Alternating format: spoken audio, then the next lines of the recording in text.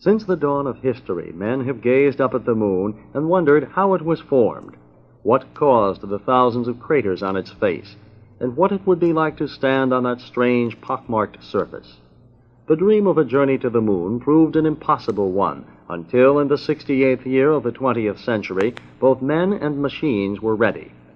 The men were 3 American astronauts, Air Force Colonel Frank Borman, Navy Captain James A. Lovell, Jr., and Air Force Major William A. Anders. The machine which carried them on their voyage of discovery was the third Saturn V, AS-503. The world would remember their historic mission by the simple designation Apollo 8. This is the story of man's first flight to the moon, as told in the voices of the men who made that age-old dream come true. On the morning of October 9, 1968, the Apollo 8 launch vehicle was rolled out of the Vehicle Assembly Building at the Kennedy Space Center and transported 3.5 miles to Launch Pad 39A. There, weeks of final checkout began. Finally, on the morning of December 21st, all was in readiness. T-minus 15, 14, 13, 12, 11, 10, 9. We have ignition sequence start. The engines are armed. 4, 3, 2, 1, 0. We have commit. We have liftoff.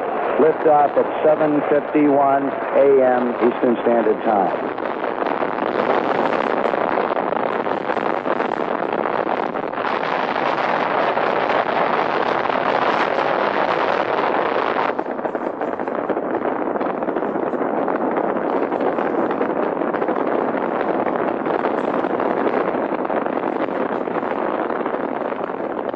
The first manned flight of the Saturn V and man's first trip to the moon was on its way. Guiding and controlling the giant Saturn V was an instrument unit built by IBM's Federal Systems Division.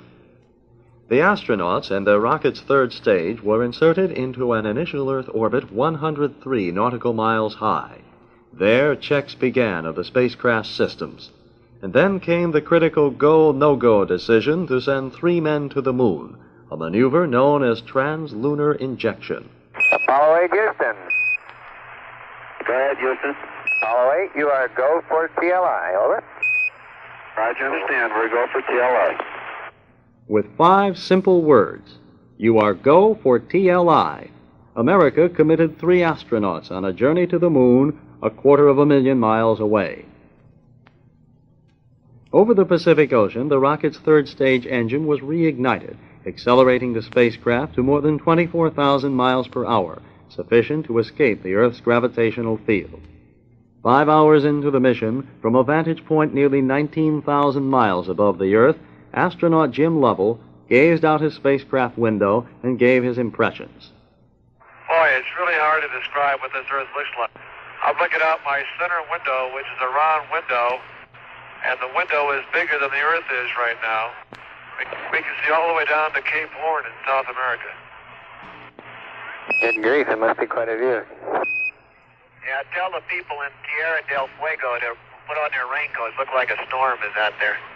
At 55 hours into the flight, the astronauts turned their onboard television camera back towards Earth to give a waiting world a glimpse of their planet from 180,000 miles out. The voice of Jim Lovell. Mike, what I keep imagining is if I'm some lonely traveler from another planet, what do I think about the Earth from this altitude? Whether I think it'd be inhabited or not. You don't see anybody waving, is that what you're saying? Well, I'm just kind of curious whether I would land on the blue or the brown part of the Earth. You better hope we land in the blue part. As the astronauts approached the vicinity of the moon, they prepared for one of the most important maneuvers of the flight, lunar orbit insertion, or LOI. Apollo 8 traveled to the moon in what was termed a free return trajectory. Had any malfunction occurred in the spacecraft, the astronauts still would have been able to swing behind the moon and loop back towards Earth without firing their service propulsion system engine. But Apollo 8 was go all the way. Early on the morning of December 24th, after a complete check of spacecraft systems, the go decision was made for LOI. As Apollo 8 disappeared behind the moon, an anxious world could only wait and hope. The spacecraft's service propulsion system engine had to fire at a precise time and for a precise duration to place Apollo 8 into an orbit approximately 60 by 169 nautical miles above the moon. The maneuver occurred on the moon's dark side. The men of Mission Control anxiously awaited the reappearance of the spacecraft on the moon's near side. As the time approached, there was no word from Apollo 8. The tension mounted. Then came the moment of reacquisition.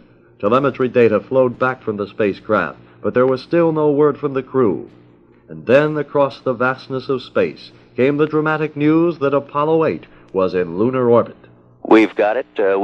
Apollo 8 now in lunar orbit. There's a cheer in this room. This is Apollo Control Houston, switching now to the voice of Jim Lovell.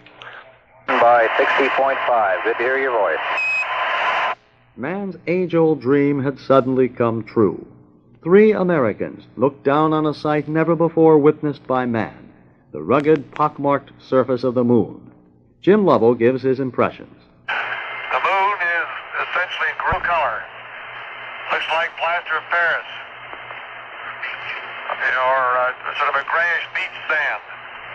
We can see quite a bit of detail. The Sea of Fertility doesn't stand out as well here as it does back on Earth. There's not as much contrast between that and the surrounding craters. The craters are all rounded off. There's quite a few of them. Some of them are newer.